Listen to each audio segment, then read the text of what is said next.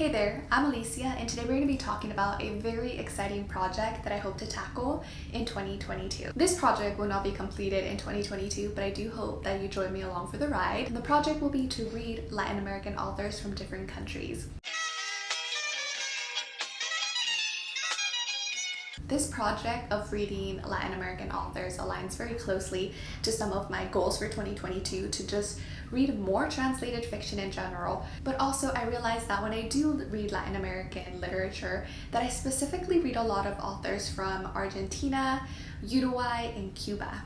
And I haven't really taken the time to look for or explore authors from other Latin American countries. So in 2022, I want to read at least one book by one author from every single country in Latin America. Like I mentioned, this will not be completed in 2022 because there are more than 12 Latin American countries, so this will go on to 2023 and potentially to 2024. And really my hope behind this project is that one, that you'll join along with me to read more Latin American fiction and literature, but also to discover new authors and to gain a better understanding of Latin American literature as a whole.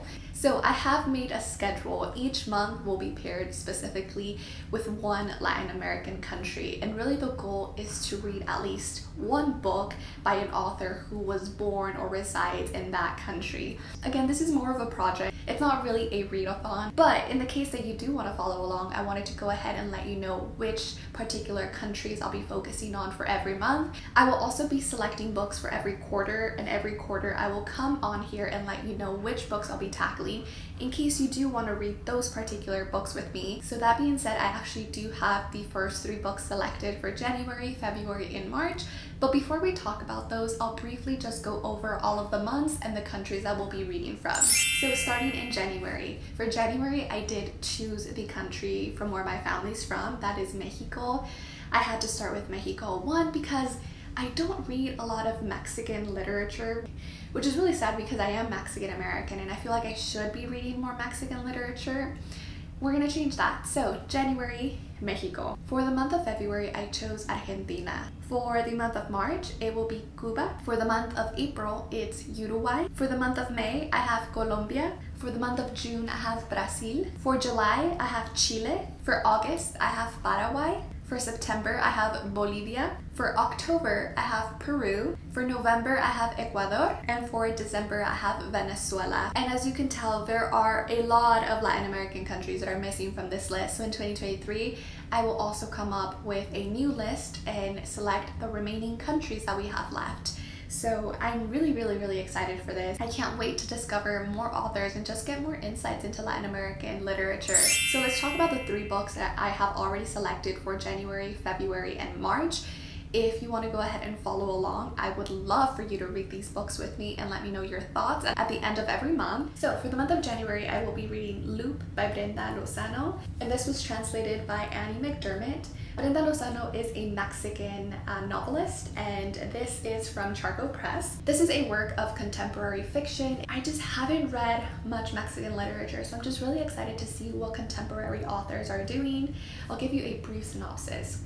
Recovering from an unspecified accident, the narrator of Loop finds herself in a waiting room of different kinds.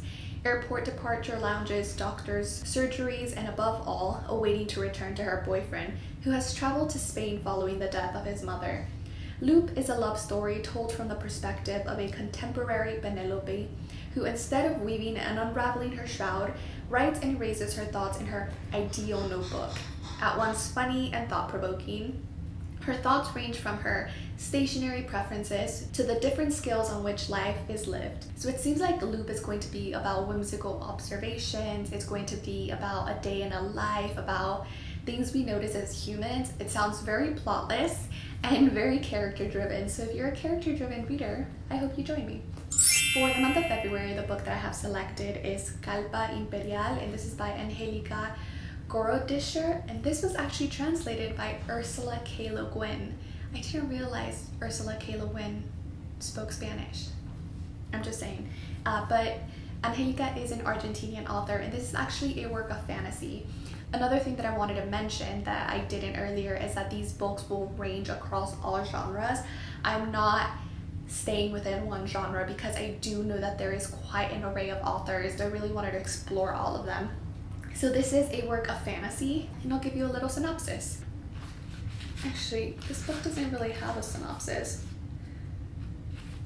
So actually, this book doesn't have a synopsis in the back, but it does have a little blurb, and it says, Angélica Gorodischer, both from without and within the novel, accomplishes the indispensable function Salman Rushdie says the storyteller must have: to not let old tales die out, to constantly renew them. And she well knows, as does the one who met the great empress, that storytellers are nothing more and nothing less than free men and women. And even though their freedom might be dangerous, they have to get the total attention of their listeners, and therefore put the proper value of the art of storytelling, an art that usually gets in the way of those who foster a forceful oblivion and prevent the winds of change. So I actually do not have the slightest clue as to what this book is about, but from what that blurb tells us, it's going to focus on storytelling, and hopefully on some folk tales from Argentina that we haven't heard about. I'm really excited. It's a book that I've had for quite a while, that I've been wanting to read. It's been on my shelves for a little bit over a year.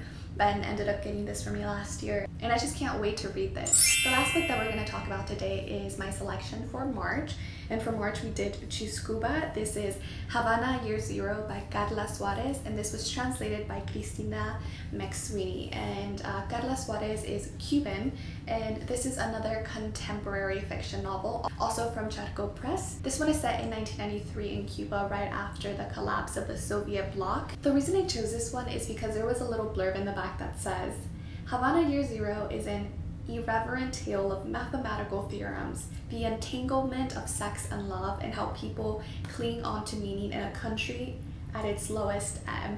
So, oh, my little braid came undone. Let's forget about that. This is another book that I think is going to be very character driven, and thinking about exploring literature from these countries, I really want to learn not only about history and about the country, but also motivations of characters, whether they're fictionalized or not. And I just really want to get more insights into the everyday life, or even parts of history that I don't know about. So I feel like this is going to be a great one. I do love character-driven books, and I feel like they're the best way for me to really gain some thoughtful knowledge about every country. So I will be reading Havana Year Zero, and I'm really excited to get to it. That was a brief announcement that I wanted to make today. In March, I will go ahead and make another video for April, May, and June, which is Uruguay, Colombia, and Brazil, and let you know what books I'll be reading. If you want to join me on this lovely project for 2022, let me know down below. Again, you don't have to read these 3 books that I selected. These are just for people who want to follow along and don't have time to do research. But if there is a particular genre that you love and you find an author from that particular genre to read, comment down below, because I would also love to check them out. Thanks for watching. If you like my channel, don't forget to like, subscribe, and ring that notification bell. It'll really help me out. And I will see you on the next one. Bye!